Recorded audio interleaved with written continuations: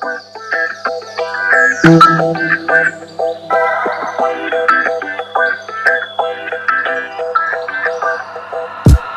what's going on, guys? Welcome back to my channel. If you're new here, my name is Jennifer. I am an interior designer here in the DMV area. I'm here in hopes to teach you guys something new on interior design, or if you're looking to renovate a space of your own at home, I'm here to give you guys some pointers. Today, we're finally going to be covering how to build an interior design virtual sample board. But before we start, I'd like to thank you guys so much for clicking on this video. And if you haven't yet, please hit those like and subscribe buttons down below. I also linked my 2 Instagram accounts down below, at Jennifer Naneth and at Ninth Studio. So if you get the chance, or if you want to, you can follow me on there too. So without further ado, let's go ahead and get started with the video. Okay, so if you had seen my last video on how to build a mood board, I go over what a presentation board is and what a mood board is and what they usually consist of. So if you want a full explanation on what those are, I highly suggest watching those videos. But very quickly, a presentation board usually includes a virtual sample board, which is what we're doing today, a fully furnished floor plan.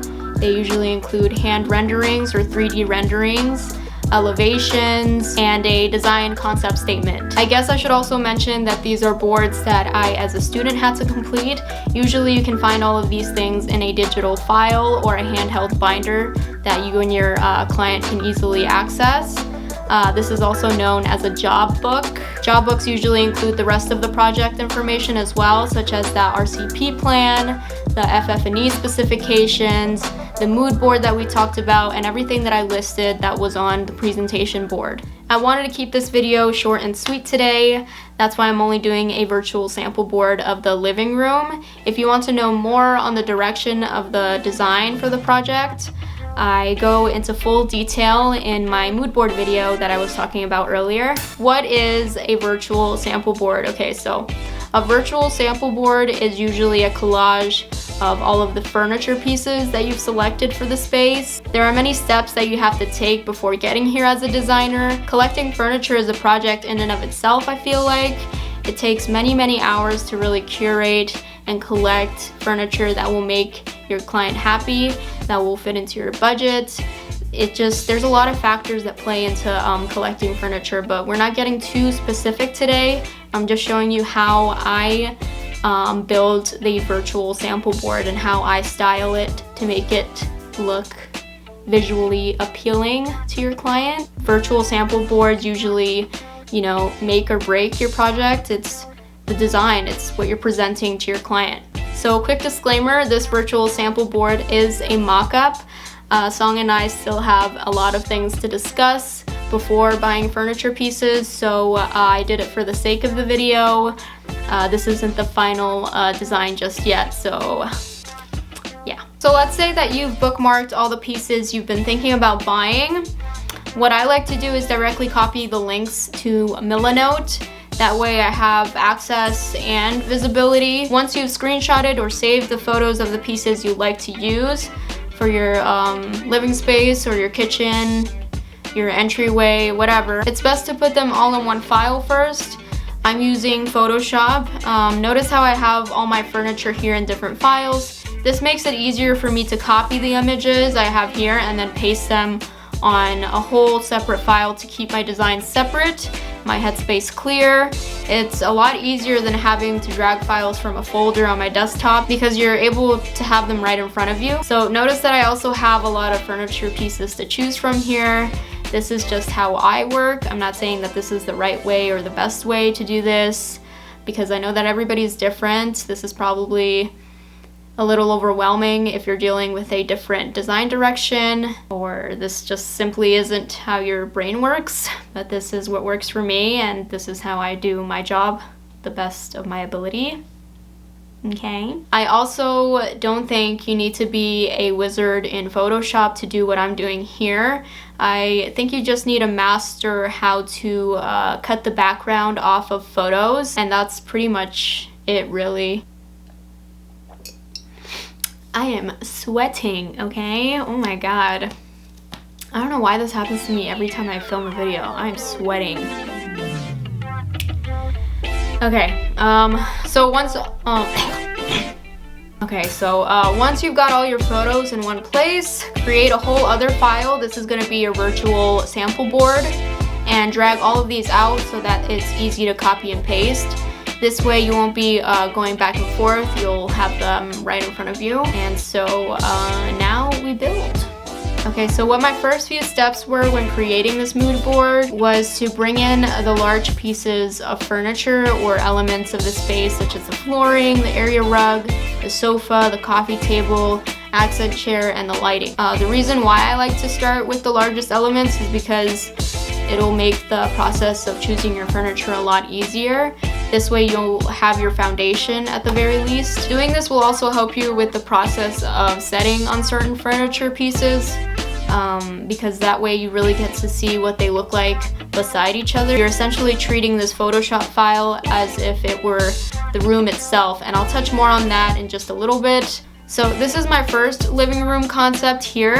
I was testing out the different styles of furniture, if my wood elements complemented the jute area rug, if this gray fabric used on the sofa best suited or contrasted the darker tones shown in the side table or the accent chair.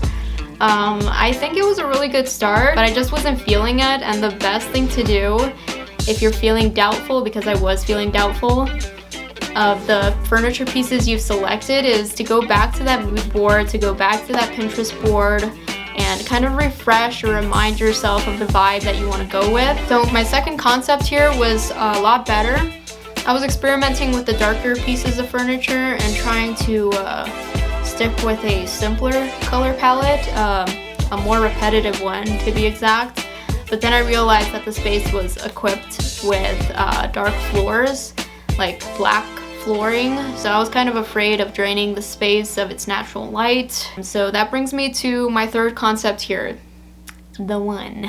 Like I said, I'm going to bring in the largest pieces of my space, like the flooring, the area rug, the accent chair, the lighting, and the coffee table. And I guess my next tip for you guys is that when you're bringing in these pieces of furniture, you're gonna want to size them to scale. So what I mean by that is obviously your coffee table is not going to be the same size or any larger than your sofa, because in real life your coffee table is essentially smaller than your sofa. So that's what I mean when I say size them to scale. So for me, the largest element is the flooring.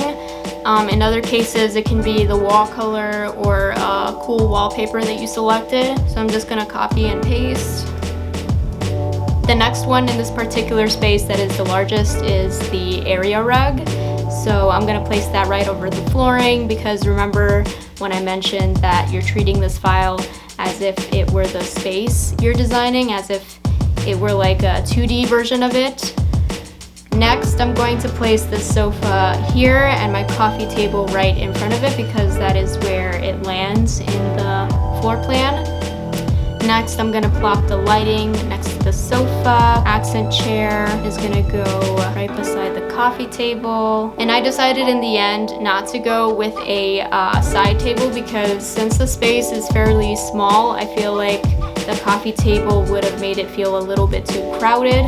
So I opted out for a plant and a nicely sized coffee table instead. And finally, I'm gonna throw in the media console. Okay, so the rest of the concept design was probably my favorite part. It's the decorating part. Decor is like the jewelry of the space. And again, I have a whole other file here for my decor, because I am a control freak. I need to have everything organized and in its place. And at this point, I just had fun with it. You know, I played around with the placement of the decor, and this could be very beneficial to you, because that way you know where everything goes and you would have a plan for everything. You know, buying decor is very tricky, I feel like, especially if you're just picking stuff off the shelves. If you know what you're getting, it just makes the whole process a lot easier. You're gonna know the placement of these objects once you've come to the point of furnishing the actual place. And again, just have fun with this at this point. You can always take things out if you don't like it, or put things in if you think it needs more.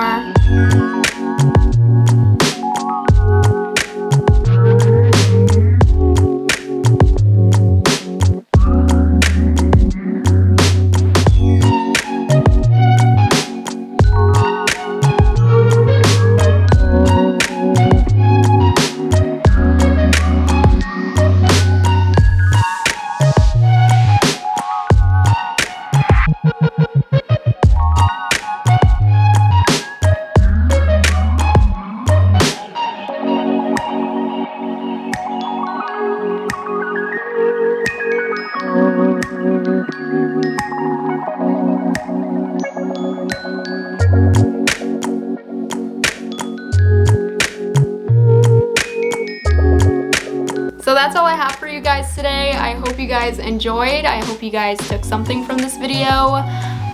If you haven't yet, go ahead and hit those like and subscribe buttons down below. And yeah, I will see you guys in the next video.